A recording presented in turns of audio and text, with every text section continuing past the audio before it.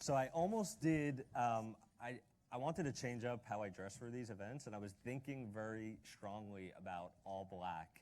And not only did my wife tell me that was a terrible idea and I couldn't pull it off, but then I thought, I've seen Jack in a lot of black recently. Yeah. And then I woke up, actually, I saw you a couple hours ago, and I said, wow, I'm really glad. So you two pull it off, Yes, exactly. and that's the last, are those the Yeezys?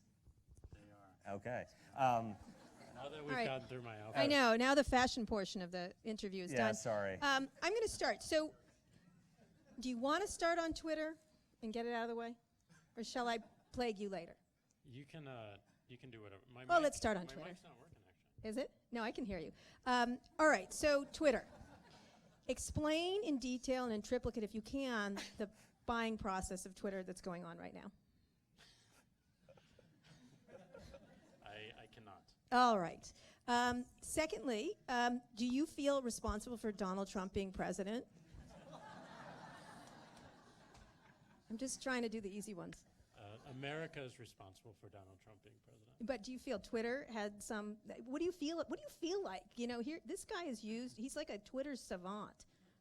So tell me what you think. And it's all over Saturday Night Live, and it's an interesting thing. But he really knows how to use the tools that you've provided him from your brain. He does. He's known how to use it for quite some time.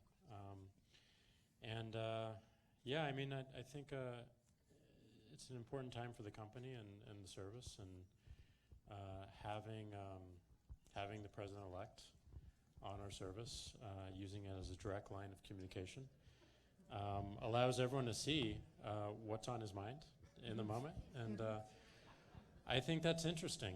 I think it's fascinating. I haven't seen that before. Yeah. So we're definitely entering a new world where everything is on the surface, and we can all see it in real time, and we can have conversations about it. So where does that go? I'm not really sure, but it's definitely been fascinating to learn from. How do you feel? Complicated. You know? Okay. I feel very proud of the role of the service and what it stands for, and everything that we've done, and that continues to accelerate every single day, especially as it's had such a spotlight on it through his usage and through the election. But the elections have always been big on Twitter. Our first election was 2008. Yeah, but this is with Obama. unprecedented, the use of your tool. And what's the complicated part?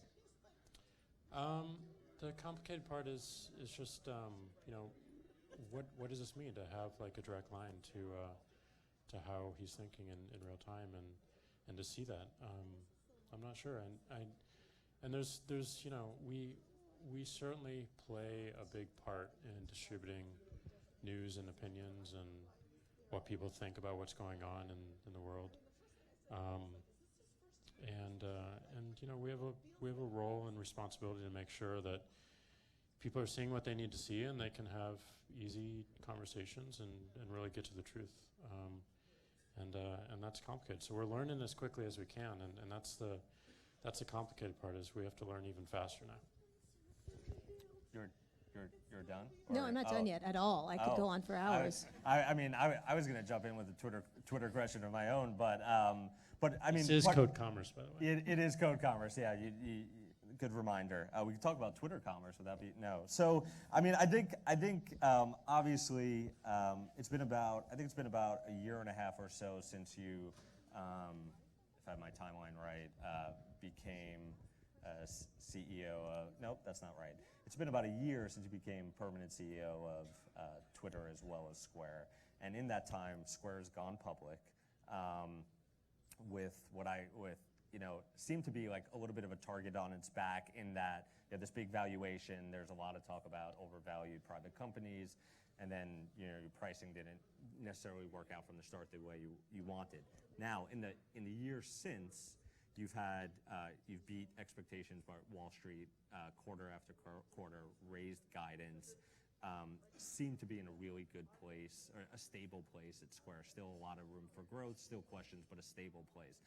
So the question I get a lot from smart people who think I have smart answers, I don't, is wouldn't this be a time for a smart time or a right time for Jack to maybe be chairman of Square and step back as a strong leadership team, and then focus on Twitter. And I never have a good answer because I don't have a direct line to you. So basically, how long are you going to keep doing 2 jobs? I don't have a specific time frame. I want to be measured by our results, and our results ultimately come down to, do people want to use our products, and do they want to use them more and more? And we're showing that at both companies, yes, there is an acceleration of usage.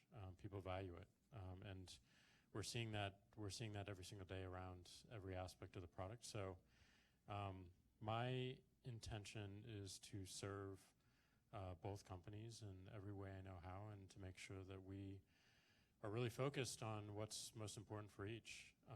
And I think my skill on that is getting us to simplicity, focusing on what's essential, making sure that we're really customer first and focused, and we're doing it. It's, at Twitter it takes time, and Square is a year as a public company, and I'm really proud of the transition. But we still have a lot to do, and still a lot I feel I can really contribute a ton to. As CEO.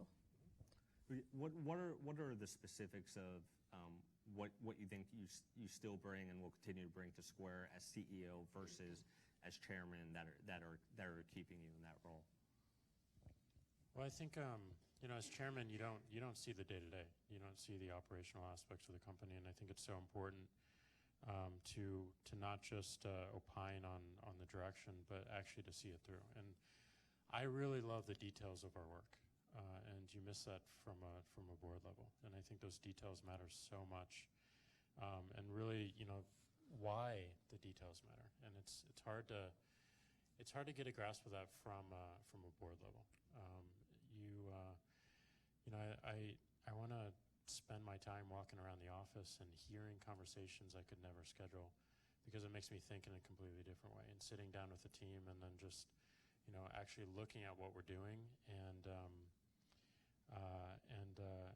hopefully simplifying it, or even just cross-pollinating some of the ideas to other teams. I think that's a big function of the CEO, and then the team as well. And I'm really proud of the team at both companies.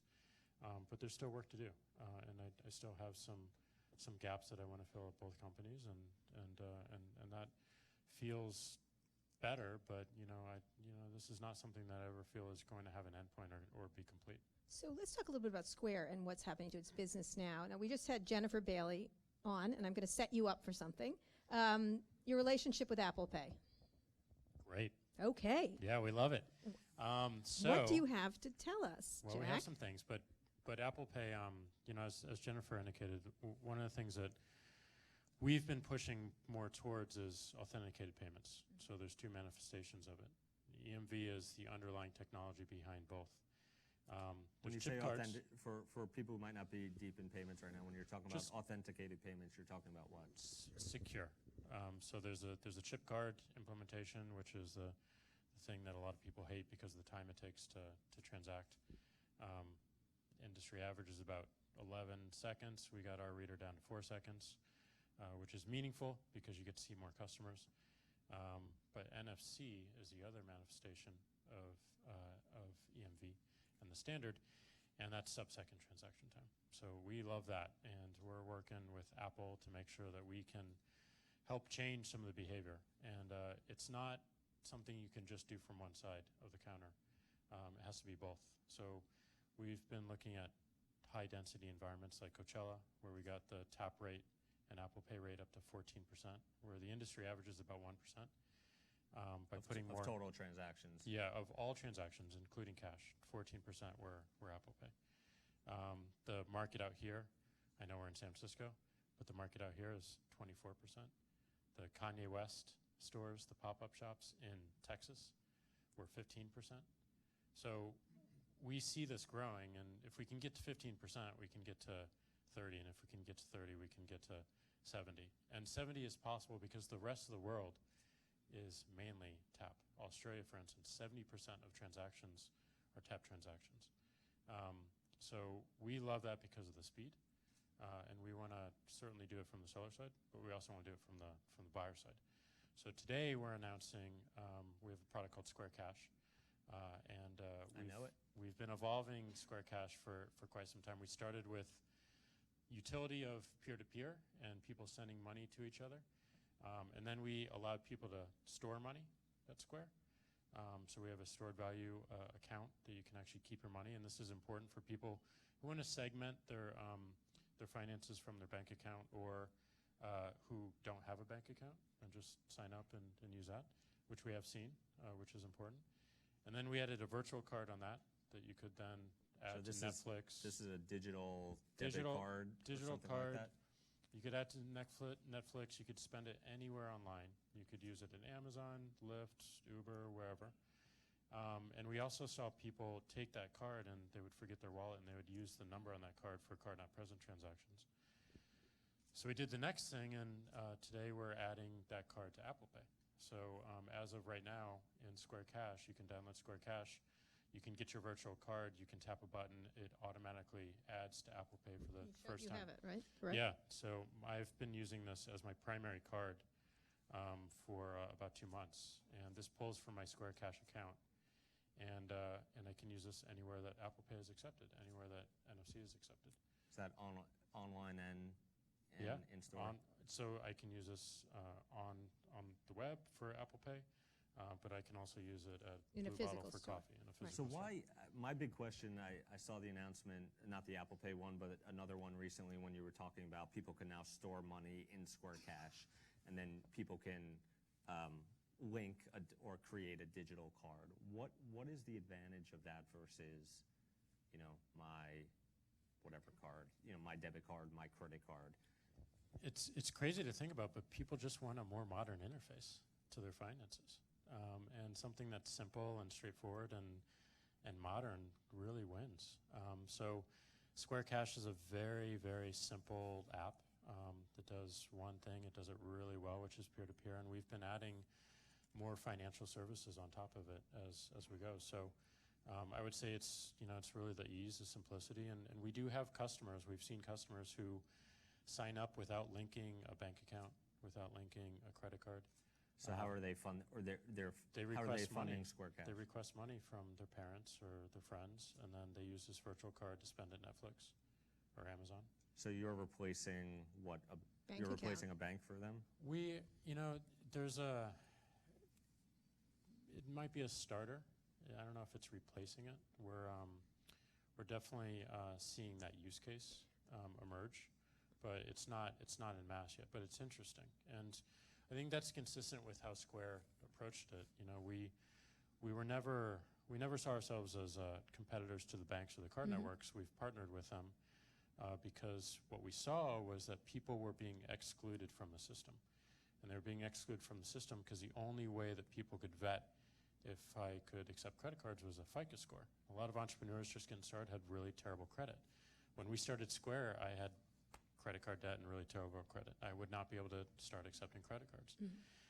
So we changed that by applying machine learning to the problem, having a deeper understanding of the seller, and we're doing the same thing with Square Cash. So we're not competing with that entity. We're making it a whole lot more accessible and a whole lot more inclusive. So you just said starter, which is interesting. It's people who don't have bank accounts, who don't necessarily have credit cards. The main Square business, where you have small businesses using it. Can you talk about shifting it? I think of companies like Slack and others. How do you shift to the big transactions versus a cab driver or a pottery person, a food seller? How do you look at your business over time, moving to the larger to larger merchants? To larger merchants, because that's again, same thing with Slack. Is when are they going to get in the big companies? When is that transition happening? Well, that's already happened for us. I mean, we've seen 40 to 100 to 150 location merchants use Square, and to me that makes me really happy, because that means we're building a utility that scales. Right? It doesn't matter what your ambition is; it scales. What percent of your business is this? It's mostly small to medium-sized businesses, correct? Going up market and larger sellers is a growing part of our business. I know you keep stressing, the company stresses it in earnings calls, but I know Wall Street seems to be latching on to whatever bait you'll give about, how you are scaling up to larger merchants. Yeah, and it's just happened organically. So it's not a significant percentage, but it's a growing percentage of our business. And how do you get that business? How do you convince those merchants? It's been organic. People come to the website and we have a call me form, and our account management team reaches out, and so all of our larger sellers have come through the website organically. And not you all reaching out to them? No, we do not do proactive outreach to larger sellers. Why not? So, we haven't needed to. The majority of our growth has been organic, and that's remained constant through the start of the company. I'm gonna go back to Square Cash for a second. I've been slightly obsessed with my coverage of Square about why you guys are still doing Square Cash, why you did Square Wallet at some point. A lot of people I talk to who work with you know you well, talk about your love for consumer products and also sort of the idea of like a magic payment experience, which for some people is what Square Wallet was back in the day. You provide, core of your business is for merchants, but what is the business opportunity of having consumer products and mainly Square Cash?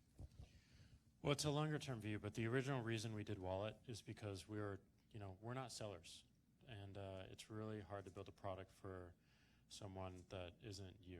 It's really easy when you're building for yourself.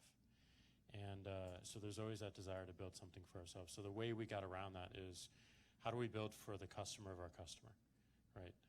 We're not sellers, we're not Blue Bottle, we're not Sight Glass Coffee, we're not the massage therapist, but we love these people and we want to help them, and we are their customers. So how do we create a great experience for them? And if we create a great experience for the customer of our customer, then they will benefit as well. Our customer will benefit. So Square Wallet came because we wanted it to have this feeling of, like, I want a tab open everywhere. I just want to be able to walk in, I want it to be secure, and I want to be able to say my name, and I want to give the seller a tool to recognize me, recognize that I'm a regular, recognize my name, recognize what I like, and treat me better, because that's going to build loyalty in me. That's it, and that's the experience we wanted to have, and that's why we built it. And the same thing was true for Square Cash. We had all these payment rails, and we found ourselves wanting to send money to each other, and there wasn't a way that we were really happy with. So we just built it, and it started with a hack. And what if we could, like, just by stating the fact that I'm sending you $5, $5 is actually sent. So originally it was, I send an email to Kara, like, it says $5 in the subject line, Yep. and $5 is sent, right? And that just feels You never amazing. sent me money, but okay. I know. Yeah, told not to. He's short on it. Yeah. Can I also go, so there's that business, and then you have a lot of potentially large businesses. Can you break down a little bit of how you look at each of the businesses? Square Capital, your delivery business that I'm sorry, don't get. And You don't get delivery from them? no, You should try it. no, I don't.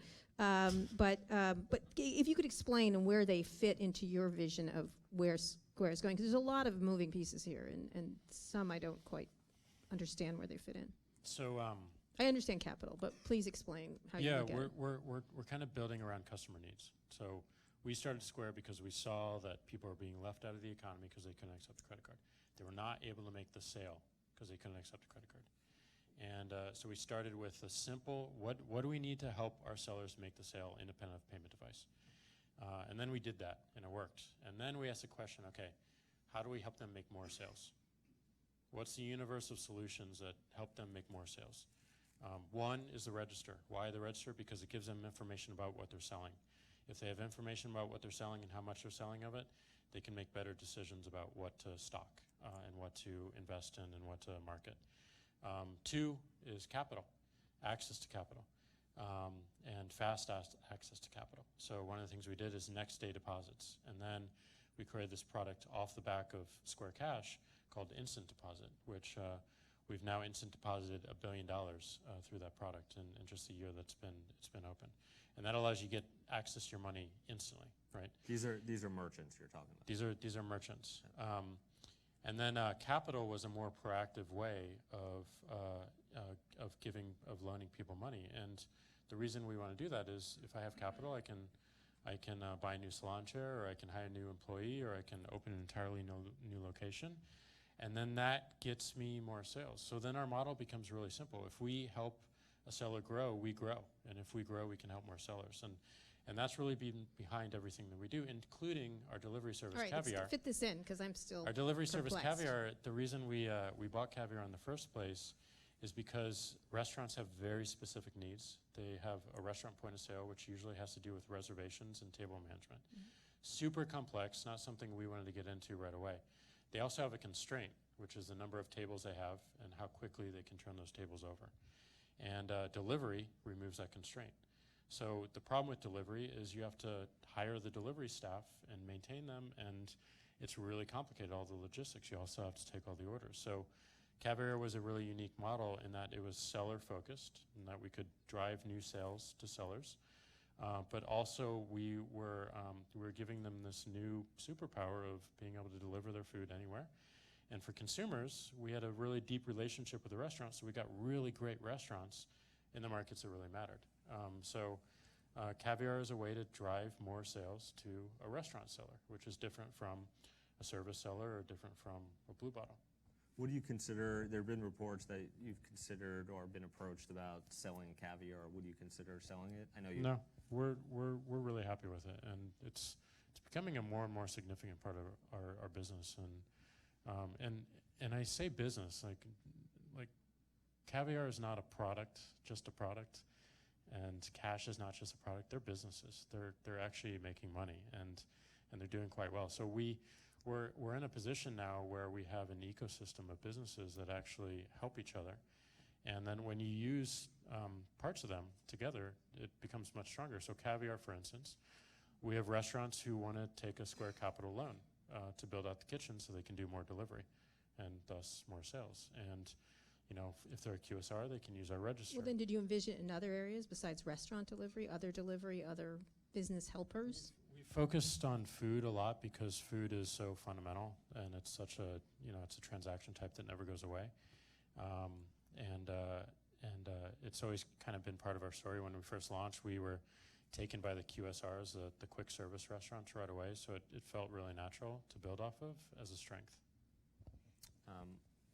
I have a ton more Cash questions, but I'm gonna. I love that Cash thing. Anyway, let's yeah. get for questions from the audience, then we'll keep asking. So let's start here, and then we'll keep going for just a little bit right here. Yeah, you, Mark. Tell us who you are. Hi, Mark Gurman, Bloomberg News. Hi, Jack, Kara, Jason. So weird hearing that, but go ahead. Sorry about that. Okay. Congratulations. Thank you. Two questions. Any plans for the new virtual credit card on Android Pay? And second, given that you're a technology company first rather than sort of like a bank getting into the credit cards, do you find that Square has an opportunity to sort of revolutionize the loyalty program, rewards card business? There's a lot of talk about this new Chase Sapphire Reserve with the triple points on travel and all that. Do you think that since Square's technology first, mobile first, it could really revolutionize it? Given I don't see a reason for me to use Square Cash if I'm getting more bang for my buck by using a card from a typical bank. Yes, you mean the Chase Sapphire. If you're getting the Chase Sapphire, which is a favorite among the millennials, as I understand it. Right, it put them $300 million in debt. Yeah. I read this morning. But, yeah. Yes, but they should have everything they want because, they're great. Anyway, sorry. I always call Did you just want to have a conversation? No, not at all. Not at all. Bloomberg? But I do call San Francisco assisted living for millennials, and I feel that you're a big part of it. Anyway, go ahead. Yep, I always show up. Yeah. I always show up for more. Man. So we do have plans around Android Pay as well and Samsung Pay. We want to make it available everywhere. In terms of rewards and loyalty, we're focused first and foremost on just provide simple utility that people want to use, and not worry about the incentive as much right now. And we're finding that's working. Getting rid of all the complexity and just having something that I can pick up, I know exactly how to use. I use it not only to pay for Netflix and Amazon and everything else I'm doing in the real world, but I'm also requesting money from my friends and sending money and requesting money from my parents and sending money. It's just one place and it's easy. That's been our focus. So that's working as well. And it's working to a degree that we weren't really expecting, because we're over the past 3 months, we've been seeing ourselves at the top of the App Store charts every single day, which is awesome. So we bounce around from like number 60 to 100, and all over that place. But we're consistently in those top apps as Square Cash. That's overall, or that's fine? Overall, That's fine. overall, and that was a huge moment for us to rise to that level, the same level that you see ESPN at, and Tinder and Lyft and all these other apps that are fairly mainstream. So Square Cash is right there, and it's been really great to see just that simple utility wins like that. So we're going to still push into that.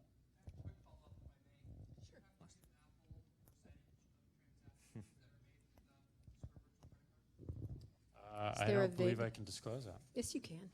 No. Of course they do, but go ahead.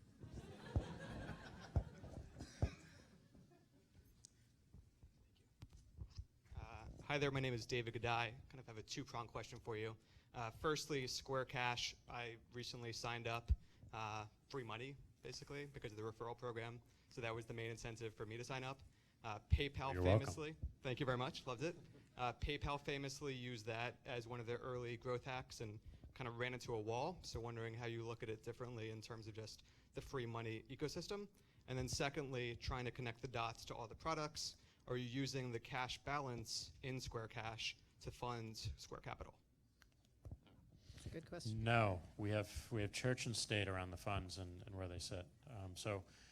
Capital, we keep some of capital loans on our balance sheet so that we can feel, what it looks like and all the pains of how the economy moves and whatnot. But the majority of it's through third-party investors, and we sell the loans. And then sorry, what was the first part of your question? The referral. So yeah, we have Roloff, who was the CFO of PayPal, on our board, and he was responsible and oversaw all these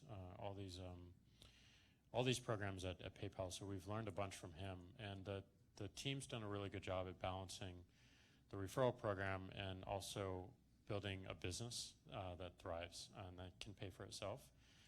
So I feel like we have a really good control where that doesn't go out of sync, and we're in a position where every new person coming on makes sense for the business, and we're not in this state where we have to worry about that at all. What are you doing with the money that's being held in Square? If someone decides for whatever reason to hold their money in Square Cash, what are you doing with that money? We store it at our bank, so our partner bank. It's all right there. Other question back here? Little tie. Hi, I was wondering. Oh, okay. I'm Jeremy Huff, and I'm from Hello World Engineering. Why did you have to read that off here? Yeah, I had to look down at. I don't believe you now. And why are you wearing a bow tie? Well done, Jack. I was wondering if you could comment on the Amazon Go announcement from yesterday. I've thought about that announcement in the light of Square Wallet and Square Order, in that they're all concerned about improving the customer experience of your customers. And I was also wondering about both Apple Pay and you were talking about this tap economy, and in the Amazon Go version, you just walk out, and that's not even a part of it. So where do you see the future of that going, and can you comment on that? I think I saw a tap to walk in actually on the commercial.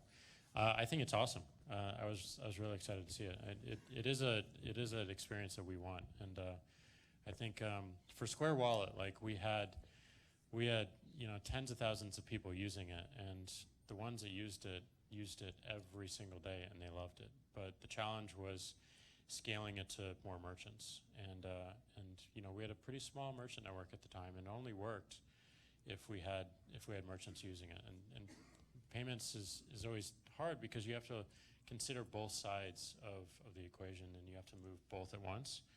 So we decided that just being able to walk in and say your name wasn't enough utility at the time. And it was one of the reasons why Square Cash made sense, because there is real utility in peer-to-peer money transfer. And potentially, you can imagine an experience that builds off of that with Square Cash as well that is very similar. But we've taken a lot of that effort, and we built a product called Card on File in Square Register. So it's the same idea, but you can actually leave an open tab at any merchant using just our register software. So you don't actually need anything but your name and that merchant's trust to open up your tab. So that's something we still are fascinated by, and something we still want to have as an experience and bring into the world more. How much of the we is something you want to bring into the world versus like company at large? Oh, it's a company at large. I'm not a solo operator here. It's something that was probably a little bit too early in terms of the technology adoption, and certainly our adoption. But the company loved using it. We just didn't love that it wasn't growing in the way that we expected it to. And the company certainly remembers everything that was there and how magic it was, and it was a good experience. So it's something striving that we need to constantly optimize for. There's one over here. You? Yeah. We're going to do two more, I think. First this guy, then this guy. Here. You.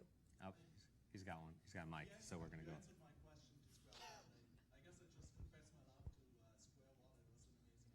He's Thank you. confessing his love to you. Thank Okay. you. Thank you. Thank you. Zach Goldstein from Thanks. The Square Register was originally quite a closed system.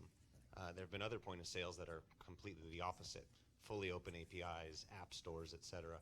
Things have changed some. I'm wondering what you can share about how that's evolving, opening it up a little bit, the growth of Register. Do you see it moving more that way? What is that landscape going to look like? Yeah, so we opened up our platform. Well, we've been opening up for over the past 2 years, and we've seen a lot of great adoption on that. Our number one app is QuickBooks, so people hook up QuickBooks right up to their Square Register, and QuickBooks actually has been promoting Square Register and our card payments tool as well. So it's a nice balanced ecosystem. So recently we opened almost everything up. We opened our hardware up as well. And that's been awesome for us. It's super early, but we enable anyone to actually use our Apple Pay and EMV reader and build a point of sale around it. And that does well for us because that means we don't have to build all the eccentric, very niche points of sale that merchants need. But we're still carrying the payment. We can still introduce folks to our broader ecosystem like Square Capital. And it just opens more doors. And it allows us to learn really quickly. So we're definitely going to open up everything that we have in whatever way that makes sense. And that's all of our products as well. Caviar, Capital, Cash. We want to have more of a platform mindset and API mindset around all these things.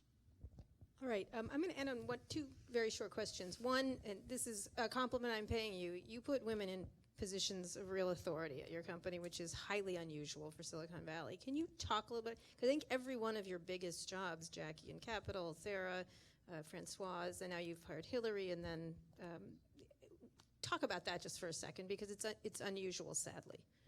Yeah, it is sad that it's unusual. So our head of engineering and register business, our CFO, our GC,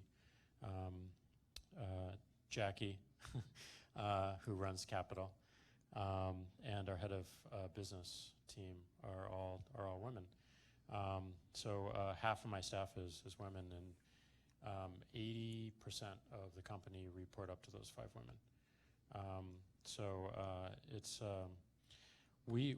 we were looking for great people, and we found them, and those are the people that we picked, and it's just been amazing for us in terms of the conversation that we have in the room. But I don't know. There wasn't any particular secret sauce to it. Were you actually trying, or? No, we went after like the people that we thought were phenomenal, and these are the people we came up with, and they are phenomenal. Yeah, and lastly, you're a very thoughtful person. I consider you one of the more thoughtful people. There aren't that many. It's a low bar in Silicon Valley. But you are. How do you look at Silicon Valley right now, sort of as we enter this new age of Trump, of a different country? Where is Silicon Valley going to be? Because it's been largely left out of the Trump discussions. We were texting all sorts of tech people today if they were going to the tech summit, and pretty much all the leaders haven't even gotten invitations, the people we consider leaders. What do you imagine the next couple of years going to be like for Silicon Valley, which is sort of seen riding high for the past couple of years? Or what do we have to do? Because a lot of people feel the election was a reaction against elites, and that would be you, me, the rest of these people. Well, not that guy. Not me, definitely not me. Not such an elite. Anyway. Well, I mean, I think, look, I'm from Missouri. I spent till I was 19 years old in St. Louis, Missouri, and my parents always stood by the city. And I think the most important thing is that, where most of us came here. I came here for the energy. Like San Francisco, I don't spend much time down in Silicon Valley. I spend time here in the city, and San Francisco to me always had this like really amazing, radical, revolutionary edge to it. It emanated from Berkeley and emanated from Haight Street. This was a place where things changed, and the city changes every single decade. This city changes every single decade. So it's always been a city of transition. It's always been a city of change. It's always been a city of radical thought and revolution, and that's why I came here. But by coming here, we can't forget where we came from, and I think the most important thing in this time and what we learned, no matter what the outcome of the election, this country is hugely divided, and we're not talking with each other, and we're certainly not talking with the places like I came from in Missouri, and we need to spend more time really understanding what problems we're actually trying to solve, and are they solving the problems? And we can't just say that we're going to have those conversations. We actually have to build meaningful progress within those communities. So Square has an office of close to 250 people in St. Louis now, and we keep hiring, and we love it as an area. It's where we're from, and it's I was back there recently, and I asked a question. We have a lot of operational folks, we have a lot of support folks, and we have a lot of compliance and risk folks back there. And I asked a question like, if we offered training for programming, who would take it? Every single person put their hand up and said, I want to learn how to code. I want to learn how to design. I want to learn how to build products, and we're doing it. We've started that program, and that makes me really proud, because that means we're actually hearing the real problems of what's happening in this country, and we're actually providing solutions for it. So I think we need to get out of our bubbles, not just of technology, but of our locations, and recognize why we came here in the first place and where we came from, and make sure that we continue to serve that community and that community where we came from. So that's how I'm approaching it, and whatever I can do, physically, we're going to do, and that's why the office is so meaningful to me and to my family. My parents just visited it yesterday, so I would love us to do more of that, to give back to where we came from, but more importantly, just have a conversation with your parents and your grandmother and your grandfather about what they think and what's going on and what's hard, and what are the tough problems. And I think Square is solving one of those tough problems, which is, I don't know if there's a bigger problem than economic disparity in this country and around the world, apart from the environment. Like, it's core to everything. All right, on that note, Jack Dorsey. Thank you.